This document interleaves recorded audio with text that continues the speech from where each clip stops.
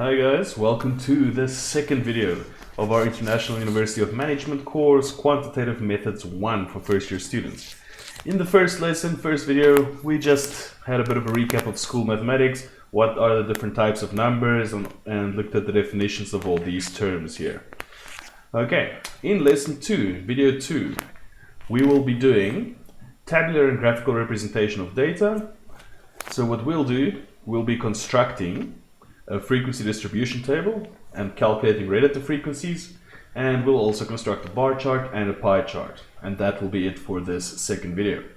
Okay, so let's get into it. Let's read what they have to say. So summarizing qualitative data. Qualitative data provide non-numeric values, labels or names or categories of like elements in a study, right? So non-numeric values, right? So it's something like you could have an electronics category and you could say which TVs do you like, and it could be like Samsung, Sansui, whatever else we get. I'm not even sure about all the different types of TVs. So those would be, so Samsung is not a number, it's a quality, it's a non-numeric value, right? And the same for like Apple TV or Amazon TV. Any of these things, those are qualitative data values. And quantitative data value would be like how many TVs you have, and you could say 3, or how many do you have, 4. That would be quantitative.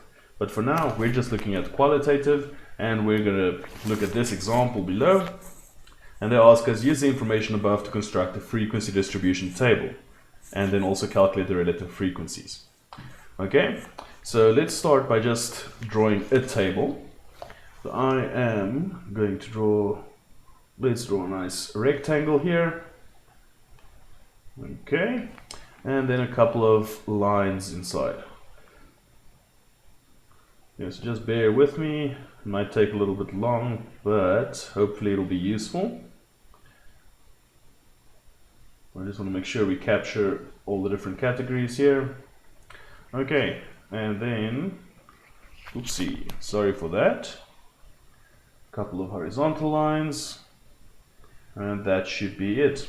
All right, so let's see here. Let's start off, we want to first calculate the frequency. So let's just write down, what do we have? We've got economics, math, system. Okay, so let's start here. We've got economics, we've got math, we've got system. What else do we have? Business, accounting. So business, accounting, and English. Okay, I think that's all the different types of things we have, different categories. So what do we want to do now? We want to get our frequency. So this is the class or the category that we want. Here we'll have our frequency, and here we'll have our relative frequency. Okay, so frequency, we just count. That's all we do. So let's start with economics. I'm going to count economics in pink. All right. So we're going to do 1, 2,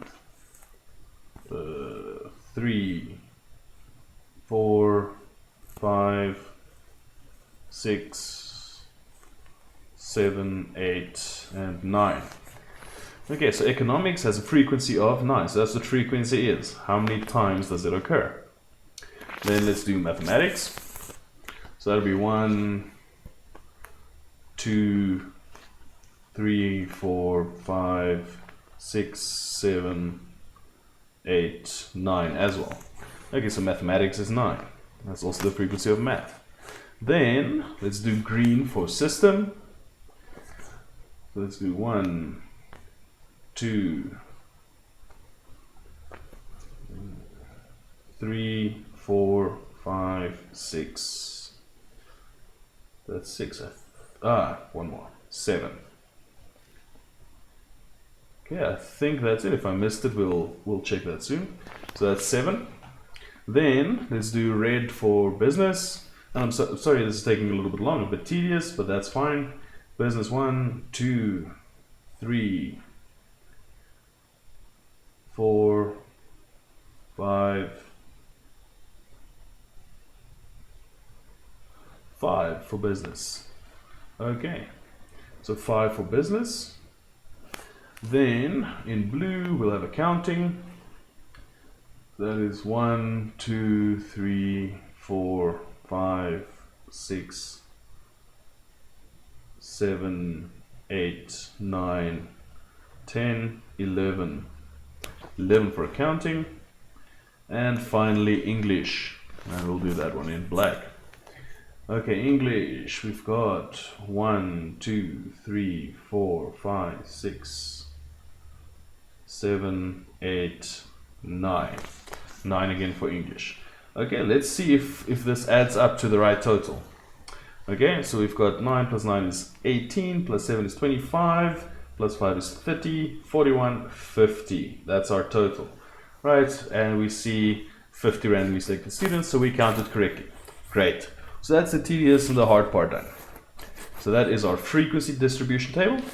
Now, to calculate the relative frequency, all we do is we say each frequency divided by the total. So in this one, the relative frequency would be 9 over 50, and we can check what is 9 divided by 50. 9 over 50 is 0.18. Okay, oops, sorry. So that's 0.18. Then 9 divided by 50 again, that is again 0.18, the relative frequency. 7 divided by 50, oopsie, 50, that's 0.14. That's the relative frequency there. 5 over 50, that's 0.1, or 5 over 50, I should probably write that down. Then we've got 11 over 50, which is 0.22. And again, 9 over 50 was the last one, which you already saw was 0.18. Oopsie, 0.18. Now, the relative frequency, if we add all the relative frequencies together, we should get 1. If we don't, then we probably made a mistake. So let's check. Let's type all of these in the calculator and see what we get. So the first one, 0.18 plus, second one is also 0.18, third one is 0.14, fourth one 0.1, next one 0.22, and the last one 0.18. And we get 1, perfect, so we know everything is correct. We get 1. Alright, so we say frequency, we just count the number of things, that is the frequency. Relative frequency, let's say this, relative frequency equals the actual frequency divided by the total number of things. And that's it. So in this case, 9 over 50, 9 over 50, 7 divided by 50, etc. So that is frequency distribution table with the relative frequency row added. Good. Now we are asked to use the same information. Now we want to draw a bar chart and we want to draw a pie chart. Okay. So for the bar chart, let's draw a bit of a grid, something like that, and then we'll write down the values at the bottom here. So we said we've got economics in pink. So economics, sorry, I still have the straight line drawer thing on. So economics, then we've got math, then we've got, what is the next one? System, then we've got business in red. So business, then we've got accounting in blue, and finally in black we've got English. Alright, so let's draw a bar chart for this. So what is the highest value we're going to go up to? 11. So I think let's just do it in threes, right? So 3, 6, 9, and then 12. Okay, so for the the economics we had a value of 9, right? A frequency of 9. So we draw a little bar that just goes up to 9. And then for math, we also had 9. So we draw a bar that goes up to 9. For system, what do we have for system? System we had 7. So we draw a bar that goes up to 7, just past the 6. Then for business we had 5. So we just draw it to just below the 6 up to 5. Accounting 11. Accounting all the way up to 11. And finally for English we do up to 9 again. So that is a bar chart. So you have your different categories that you want to present at the bottom, and you've got your frequency on the vertical or the left-hand axis. All right, easy enough. Let's move that out of the way and let's draw a pie chart. Okay, so now how do we draw a pie chart? That might be a bit more interesting. So let's draw our circle first. There's our nice circle. And I'm just going to move it slightly to the side here, so we can still do some calculations on the left. Okay, and we want to draw a point right in the middle. Right, our center. That's our center. Alright, and it doesn't really matter where we draw our first line, so I'm going to draw my first line just like that. But, so now for economics, we can use the relative frequency to find the angle that we should make our sector here, right? So for economics, we can say that is 0.18. So a full circle is 360 degrees, so we want to do 0.18 of a full circle. That'll give us our degrees. It's called degrees theta for the angle. Let's see what does that give us, right? 0.18 times 360. So 64.8 degrees. So what you want to do is you'd actually want to go measure this. I'm just going to guess what 64.8 degrees is. So I'm going to say that's something like that. Okay. So that is economics, and that is 64.8 degrees. Okay, next up we have mathematics. Mathematics, we have 0.18 as well, times our 360 equals our angle, and we'll draw the same degrees here. Another 64.8.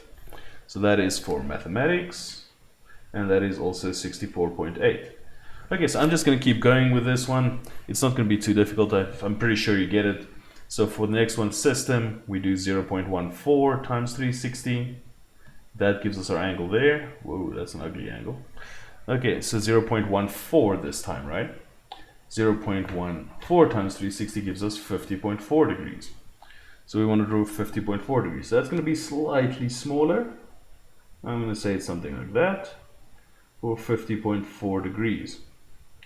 So let's just get rid of the straight line thingy. So 50.4 degrees, and that is for system. And you see we keep going. I'm just going to finish this circle, so this whole old pie chart. Okay, so the next one we've got 0.1 times 360. Ooh, that's interesting math. 0.1 is the same as 1 over 10. So 360 divided by 10 gives us 36 degrees. Right? So we do a 36 degree line here. So 36 degrees. That'll be 36 degrees for business. What's next? Next is accounting. The popular accounting, 11 people. Okay, so for accounting, we do, what is it, 0.22 times 360. And what does that give us? 0.22 this time. 79.2 degrees. Okay, 79.2 degrees. So this one is a little bit bigger, 79.2, that's probably somewhere like that. And let's write that in, 79.2 degrees, and that is for accounting. And finally for English, we know that's going to be the rest, that's going to be for English, but let's just check what it is, 0.18 again, so that'll again give us the 64.8 degrees here, 64.8 degrees. Okay, so that's how we draw a pie chart. We use a relative frequency to multiply by by a full circle's angle, which is 360, and then we get our specific angle that we want to fill in. All right, I hope that was useful. Just constructing a bar chart and a pie chart, and we'll get to some more of them as the course progresses. And as we get to the assignments, I'll show you how to do this on Excel or any other spreadsheet program that you might be using, like Google Sheets or LibreOffice or any other open office. And yeah, those things are very useful because obviously then you don't have to go and calculate and measure all these things yourself. You can just pull up the spreadsheet. You basically just make this table and say insert, and the program, the software can draw your pie chart or your bar graph for you. Okay, and join me again for our next video as we start looking at the next part, discrete and continuous variables and the difference between them.